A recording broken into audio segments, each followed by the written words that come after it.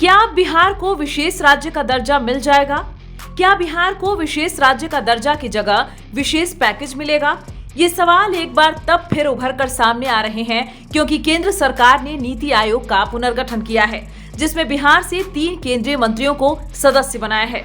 केंद्र का यह फैसला बिहार के लिए बेहद महत्वपूर्ण माना जा रहा है। खास तौर पर यह निर्णय तब इसलिए भी खास हो जाता है जब केंद्र की सरकार से लगातार बिहार को विशेष राज्य का दर्जा से लेकर विशेष पैकेज की मांग की जा रही है। बिहार के 3 मंत्रियों को इस आयोग में शामिल किए जाने को लेकर नेता से लेकर अर्थशास्त्री तक आशान्वित है कि आने वाले समय में बिहार के विकास के लिए यह फैसला मील का पत्थर साबित होगा। दरअसल केंद्र सरकार ने नीति आयोग का गठन 1 जनवरी 2015 को किया था। प्रधानमंत्री नरेंद्र मोदी नीति आयोग के अध्यक्ष हैं। बीते वर्षों में नीति आयोग ने देश की योजनाओं और अर्थनीति से जुड़े कई अहम निर्णय लिए हैं। एक बार फिर नीति आयोग को लेकर प्रधानमंत्री नरेंद्र मोदी ने बड़ी पहल करते हुए इस बार एनडीए के सहयोगियों को भी इसमें भरपूर जगह दी है।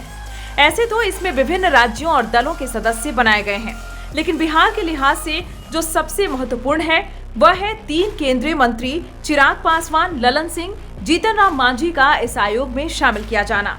बिहार के 3 केंद्रीय मंत्रियों को नीति आयोग के सदस्य बनाए जाने को बिहार के वरिष्ठ मंत्री अशोक चौधरी ने बिहार के लिए बेहद महत्वपूर्ण बताया है।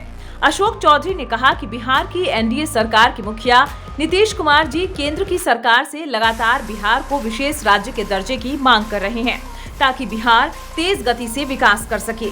अशोक चौधरी ने कहा कि नीतीश जी लगातार बिहार को विकसित कर रहे हैं, बावजूद इसके बिहार तेज गति से विकसित नहीं कर पा रहा है। ऐसे में अगर बिहार को विशेष राज्य का दर्जा या विशेष पैकेज मिलता है तो बिहार बहुत जल्द विकसित राज्य बनने की ओर अग्रसर हो जाएगा।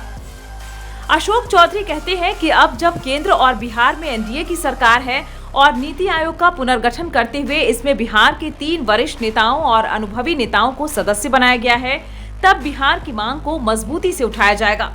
उम्मीद है कि बिहार को इसका फायदा भी मिलेगा। दरअसल नीति आयोग ने पहले ये रिपोर्ट दिया था कि किसी भी राज्य को विशेष राज्य का दर्जा दिया जाता है और उसके लिए जो मापदंड तय किया जाता है जिससे राज्यों को विशेष राज्य का दर्जा दिया जा सके, उन मापदंडों के आधार पर बिहार खरा नहीं उतरता है। इस वजह से बिहार को विशेष राज्य का दर्जा नहीं दिया जा सकता है। नीति आयोग की इस रिपोर्ट के बाद बिहार के तमाम राजनीतिक दलों ने सवाल उठाते हुए मांग उठाई थी कि मापदंडों में बदलाव किया जाए ताकि बिहार जैसे पिछड़े राज्य को विशेष राज्य का दर्जा दिया जा सके और बिहार का तेज गति से विकास हो सके। हालांकि केंद्र सरकार अब तक इस मुद्दे को लेकर स्पष्ट राय रखती आई है कि वर्तमान नियमों के अनुसार बिहार को विशेष राज्य का दर्जा संभव नहीं है।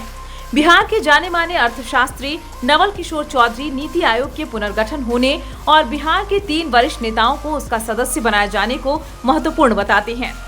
नवल किशोर चौधरी कहते हैं कि नीति आयोग के पुनर्गठन होने से ये उम्मीद तो बढ़ती है कि बिहार जैसे राज्यों के लिए जो मापदंड तय किए गए हैं उसमें बदलाव कर बिहार के विकास के लिए विशेष राज्य का दर्जा या विशेष पैकेज की मदद बिहार को दिया जा सके। ये माकूल समय है जब केंद्र और बिहार में एनडीए की सरकार है और केंद्र में जदयू की धमक भी है। अब 3 सदस्य भी बिहार से बने हैं जो मजबूती से मांग उठा सकते हैं और इसका फायदा भी मिलना मुझे तय लगता है।